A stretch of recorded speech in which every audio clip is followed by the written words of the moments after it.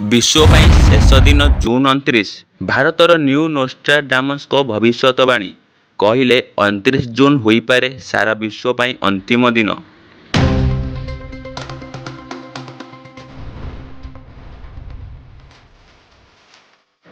ଦୁନିଆ ପାଇଁ ବିପଦଜନକ ଦିନ ହୋଇପାରେ 29 ଜୁନ୍।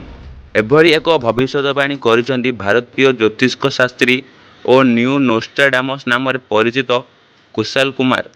ନିକଟରେ ଏକ ଇଣ୍ଟରଭ୍ୟୁରେ କୁଶାଲ କହିଛନ୍ତି, ବିଶ୍ୱରେ ଖୁବ୍ ଶୀଘ୍ର ତୃତୀୟ ବିଶ୍ୱଯୁଦ୍ଧ ଆରମ୍ଭ ହେବାକୁ ଯାଉଛି। 18 ଜୁନ୍ 29 ଜୁନ୍ ଭିତରେ କେବେ ବି ହୋଇପାରେ।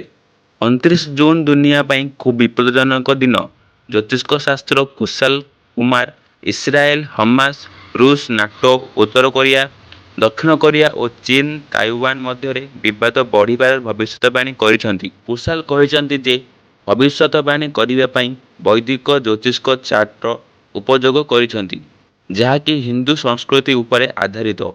ଗ୍ରହ ଓ ନକ୍ଷତ୍ରକୁ ପଢ଼ିବା ପରେ ମୁଁ ସଠିକ୍ ତାରିଖ କହିଛି ଯେ କେବେ ତୃତୀୟ ବିଶ୍ୱଯୁଦ୍ଧ ଆରମ୍ଭ ହୋଇପାରେ।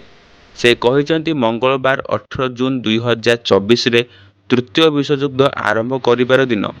ତେବେ ସେ କହିଥିଲେ 10 ଓ 29 ଜୁନ୍ ମଧ୍ୟରେ ଏହା କେବେ ବି ଆରମ୍ଭ ହୋଇପାରେ।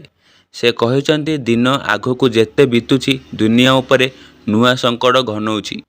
କୁଶାଲ ଏଭଳି ପ୍ରଥମ ଥର ନୁହେଁ, ସେ ପୂର୍ବରୁ ବହୁ ଭବିଷ୍ୟତବାଣୀ କରିଛନ୍ତି। ସେ ଦାବି କରିଥିଲେ ଇସ୍ରାଏଲ, ଲେବାନନ ଏବଂ ଉତ୍ତର କୋରିଆ ଦକ୍ଷିଣ କୋରିଆ ଭିତରେ ବିବାଦ ହେବ, ଯାହାକି ସତ ପ୍ରମାଣିତ ହୋଇଛି। ସେ କହିଥିଲେ ରୁଷ ହୱାନରେ ଏକ ପରମାଣୁ ବୁଡ଼ା ଜାହାଜ ସହିତ ଯୁଦ୍ଧପୋତ ଉଠାଉଛି। ଆମେରିକାର ଅଧିକାରୀଙ୍କୁ ଉସ୍କାଇବା ପାଇଁ ଚୀନ ତାଇୱାନର ତଟରେ ସମରାଭ୍ୟାସ କରୁଛି। ତେବେ ଆସନ୍ତୁ ଜାଣିବା ନୋଷ୍ଟ୍ରାଡାମସ୍ କିଏ? ନୋଷ୍ଟ୍ରାଡାମସ୍ ଫ୍ରାନ୍ସର ଜ୍ୟୋତିଷ ଥିଲେ। 16ଶ ଶତାବ୍ଦୀରେ ଲେସ୍ ପ୍ରଫିଡିସ୍ ନାମକ ଏକ ପୁସ୍ତକ ଜରିଆରେ 2024 ପର୍ଯ୍ୟନ୍ତ ଭବିଷ୍ୟତବାଣୀ କରିଥିଲେ। ନୋଷ୍ଟ୍ରାଡାମସ୍ ଭବିଷ୍ୟତବାଣୀ କରିଥିଲେ 2024 ଗମ୍ଭୀର ପାଣିପାଗ ଘଟଣା ଓ ବିଶ୍ୱଯୁଦ୍ଧର ସାକ୍ଷୀ ହେବ।